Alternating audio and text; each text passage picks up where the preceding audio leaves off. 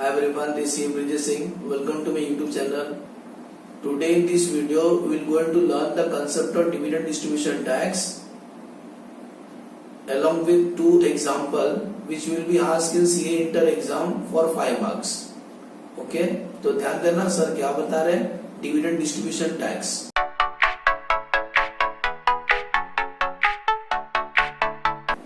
Company पैसा race करते हैं शेयर होल्डर से, equity share holder, preference share holder, तो उनको डिविडेंड पे करते हैं. हमने टैक्स में पढ़ा है कि dividend for Indian company exempt होता है. तो एग्जम्प्ट क्यों होता है? क्योंकि उसके ऊपर टैक्स कंपनी ने भर दिया है. तो आज मैं आपको इस वीडियो में समझाऊंगा कि कंपनी डिविडेंड डिस्ट्रीब्यूशन टैक्स कितना भरती है और कैसे कैलकुलेट करते हैं. ठीक है, तो पहला पॉइंट, कुछ पॉइंट नोट करके रखा हूं आपके लिए, बस इतना याद रख लो. और मैं 2 एग्जांपल कराऊंगा जो एग्जाम में आने वाले वेरी वेरी इंपॉर्टेंट क्वेश्चन. तो कुछ पॉइंट ध्यान देना, 5 पॉइंट बता रहा हूं. Point number 1, dividend distribution tax is an additional tax paid by Indian company. I repeat, additional tax है, मतलब नॉर्मल टैक्स तो भरेगी कंपनी अपना, जिसको हम लोग बोलते हैं corporate tax. Dividend distribution tax लोग एडिशनल पे करेंगे, याद रहेगा. तो डिविडेंड डिस्ट्रीब्यूशन टैक्स एक एडिशनल टैक्स है, इसका आपको कहीं बेनिफिट नहीं मिलने वाला कंपनी को. Point number 2, dividend distribution tax sir कितना पे करना है? तो डिविडेंड डिस्ट्रीब्यूशन टैक्स का रेट है 15% excluding surcharge and education cess. मतलब 15% तो पे करना है, प्लस उस पर 12% सरचार्ज पे करना है, प्लस उस पर 3% secondary and higher education cess pay करना है. ठीक है, तो 15% के ऊपर 12% निकालो और वो जो आंसर आएगा ना उसके ऊपर और 3% दो. Next, point number 3, dividend distribution tax should be paid by the company weather company paid that corporate tax और नॉट. मतलब कंपनी कॉर्पोरेट टैक्स पे करे या ना पे करे, आपको डिविडेंड डिस्ट्रीब्यूशन टैक्स पे करना ही करना है. Dividend distribution tax should be payable even if no income tax is payable by domestic company on its total income. समझे? तो आपको कंपलसरी पे करना ही करना है.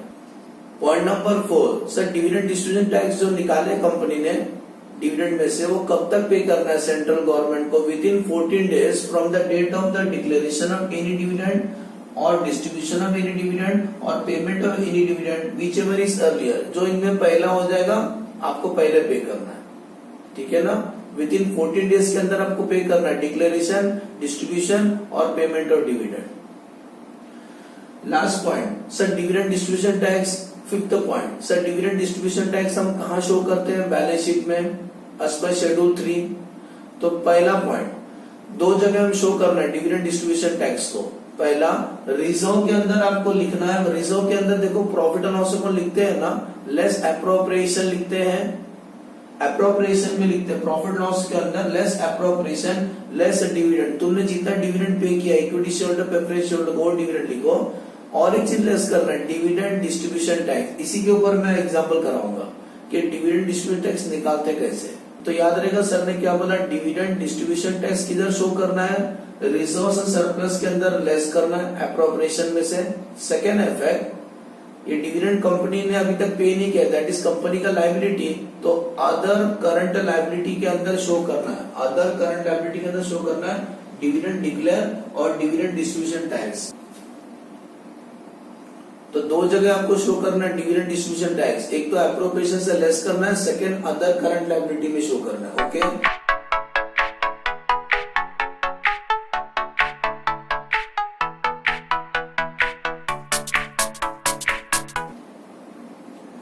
X limited is a domestic company. ये केवल डोमेस्टिक कंपनी के ऊपर ही अप्लाई होता है, ये जो कैलकुलेशन करने जा रहा हूँ. तो X limited is a domestic company has distributed on 5th April 2019 dividend of 230 lakhs. कितना डिविडेंड बांटा है कंपनी ने? 230 lakhs to its shareholder. Compute dividend distribution tax payable by X. आपको ये बताना है कंपनी ने डिविडेंड डिस्ट्रीब्यूशन टैक्स कितना पे किया सेंट्रल गवर्नमेंट को. ओके, तो ध्यान देना कैसे सॉल्व करना है, 5 मार्क्स के लिए एग्जाम में आएगा. तो पहला, dividend distributed by x limited. ये बताओ एक्स कंपनी ने कितना डिविडेंड शेयर होल्डर को बांट दिया, 230 लैक्स में सॉल्व कर रहा हूं, ठीक है। इसमें ऐड करना, add increase for the purpose of grossing of dividend, add increase for the purpose of grossing of dividend, क्योंकि कंपनी ने इसके ऊपर टैक्स पे किया तो पहले इसको ग्रॉस करते, कंपनी ने कितना टैक्स पे किया, क्योंकि ये तो शेयर होल्डर के हैंड में दिया है ना, ये तो शेयर होल्डर लोग को मिल गया, उनका अकाउंट में जमा हो गया, तो इसके ऊपर टैक्स कंपनी ने कितना निकाला होगा वो सर्च करते हैं। Add increase for the purpose of grossing of dividend, वो कैसे निकालना है, ये जो 230 लैक्स है ना, स्टार्टिंग में भी बताया था सर ने कि डिविडेंड डिस्ट्रीब्यूशन टैक्स कितना परसेंट होता है, 15% होता है। अगर मैंने 100% में 15% तुम्हारा कट कर लिया तो आपको कितना दिया, 85% ना, 85% दिया, इसका मतलब ये आंसर 85 है, तो 15 कितना समझ में आया।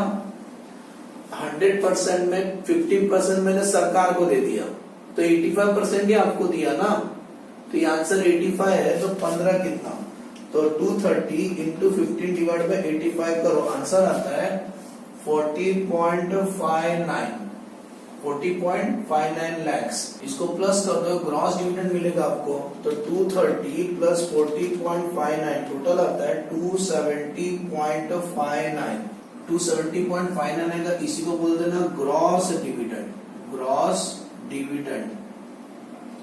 तो sir corporate dividend tax company ने कितना पे किया होगा, तो जरा ध्यान देना, यहाँ कैलकुलेशन के दिखा रहा हूं, अब यहाँ ध्यान देना, dividend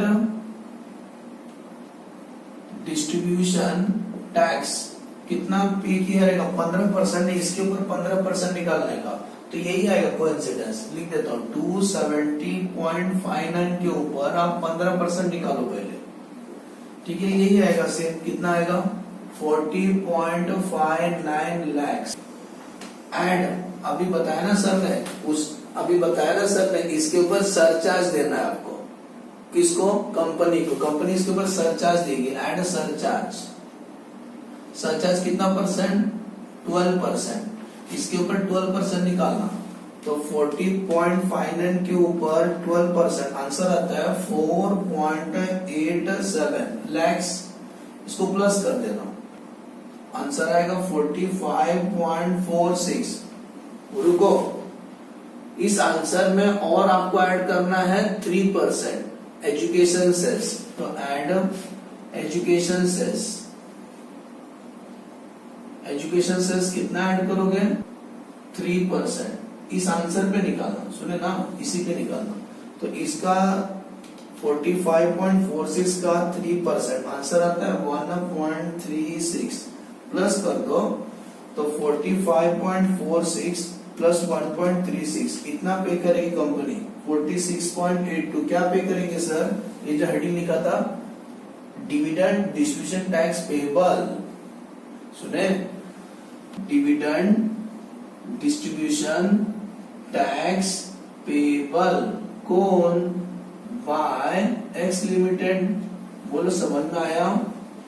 so company dividend distribution tax कितना पे करेगी, समझ में आया। फिर से एक बार फास्ट रिकॉल करता हूँ, कंपनी ने जो शेयर होल्डर को डिविडेंड दिया वो 230 था, हमें इसमें से डिविडेंड डिस्ट्रीब्यूशन टैक्स निकालना, तो क्या करना, ये आंसर ना 85 है, तो 15 कितना, तो डिविडेंड डिस्ट्रीब्यूशन टैक्स मिलेगा, लेकिन ये नहीं दिया होगा कंपनी ने इसके ऊपर सरचार्ज और एजुकेशन सेस भी दिया है, तो यही आंसर यहाँ लेके आना 40.59, इसमें ऐड करना 12% सरचार्ज इसके ऊपर, और जो आंसर आएगा उसपे और 3% एजुकेशन सेस ऐड कर देना, इतना कंपनी ने पे किया होगा डिविडेंड डिस्ट्रीब्यूशन टैक्स।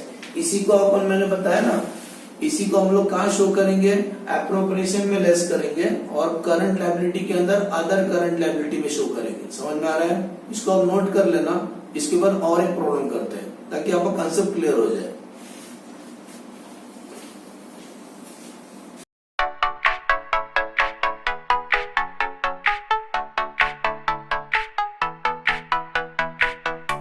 अभी हम करेंगे एग्जांपल नंबर 2, जिसके अंदर हम लोग डिविडेंड डिस्ट्रीब्यूशन टैक्स निकालेंगे। और ये आपका फाइनेंशियल स्टेटमेंट में कैसे दिखाई देगा वो भी करेंगे, ठीक है। 1,20,000 इक्विटी शेयर 100 इच इंटू करें तो 1 करोड़ 20 लाख हमने पैसा रेज किया इक्विटी शेयर होल्डर लोग से। 40,000 10% प्रेफरेंस शेयर 100 इच मतलब 40 लाख रुपीस रेज किया प्रेफरेंस शेयर होल्डर लोग से। अब इन दोनों को डिविडेंड देते हैं company declare dividend 5% on equity share. Preference share का तो रेट लिखा रहता है। डिविडेंड डिस्ट्रीब्यूशन टैक्स 17.304% कैसा आता है सर? ये डायरेक्ट आंसर है। कैसा आता है? 15% डिविडेंड डिस्ट्रीब्यूशन टैक्स प्लस उसके ऊपर सरचार्ज 12%, वो जो आंसर आएगा उसके ऊपर 3% करोगे तो डायरेक्ट आंसर आएगा 17.304।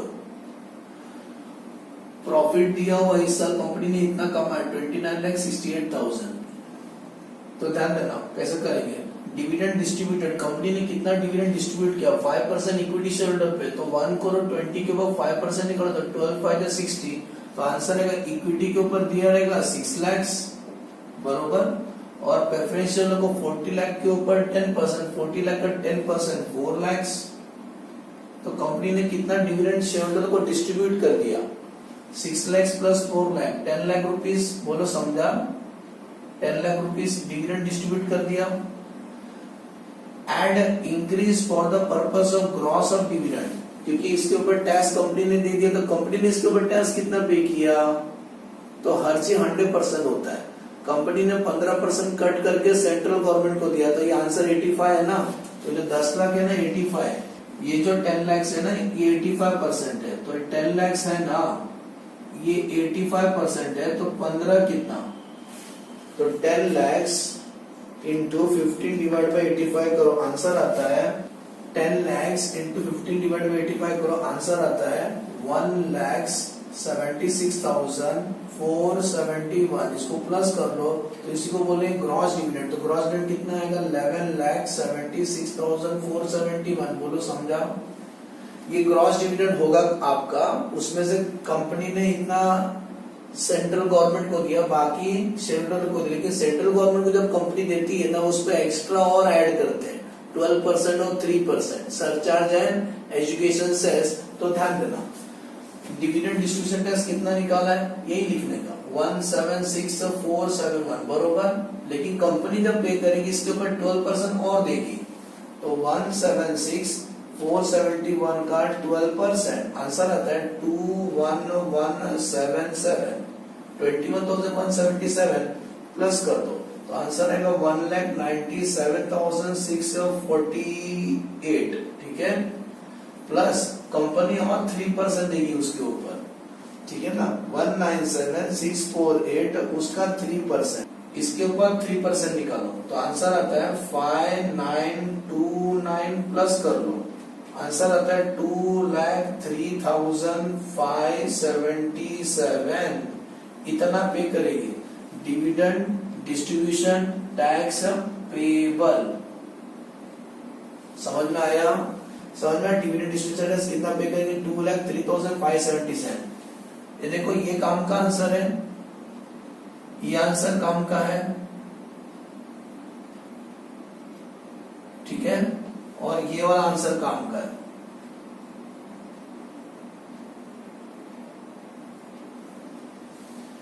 एक डिविडेंड और ये अभी क्या करते हैं डिस्क्लोजर कैसे करेंगे ये बताओ। डिस्क्लोजर बताया था, डिस्क्लोजर दो जगह शो करते हैं, एक रिजर्व में शो करते हैं और अदर करंट लायबिलिटी में। तो रिजर्व में कैसा दिखाई देगा, रिजर्व्स एंड सरप्लस में कैसे दिखाई देगा, प्रॉफिट एंड लॉस अकाउंट में प्रॉफिट कितना हुआ, प्रॉफिट कितना हुआ 29,68,000 ना बरोबर, लेस appropriation APPROPRIATION। appropriation में क्या लिखेंगे डिविडेंड। सुनो कंपनी ने कितना डिविडेंड पे किया 10 लाख रुपया, ये तो लेस करेंगे प्लस कॉर्पोरेट डिविडेंड टैक्स जो अभी हमने निकाला था, समझ में आ रहा है कितना लेस करेंगे 2,03,577। तो कंपनी के पास पीएनएल में कितना पैसा बचेगा 29,68,000 माइनस 10 लाख माइनस 2,03,577, टोटल आता है 17,64,423। समझ में आया? दूसरा यही डिविडेंड और डिविडेंड डिस्ट्रीब्यूशन टैक्स को ये दोनों डिविडेंड और डिविडेंड डिस्ट्रीब्यूट ऐसे कहाँ शो करे, करंट लायबिलिटी के अंदर, अदर करंट लायबिलिटी में। तो अदर करंट लायबिलिटी में क्या लिखेंगे, डिविडेंड पेएबल, डिविडेंड पेएबल कितना 10 lakh rupees and dividend distribution tax payable कितना 2,03,577, दोनों को प्लस कर लेना 12,03,577। ओके, एज्यूम करता हूँ आज का कंसेप्ट अच्छे समझ में आया। डिविडेंड डिस्ट्रीब्यूशन टैक्स एग्जाम में आपको 5 मार्क्स के लिए पूछेंगे। वीडियो कैसा लगा कमेंट में जरूर बताना और फ्रेंड से ज्यादा शेयर करें ताकि उनको भी ऐसे वीडियो का बेनिफिट मिले। Thanks for watching the video once again, bye bye.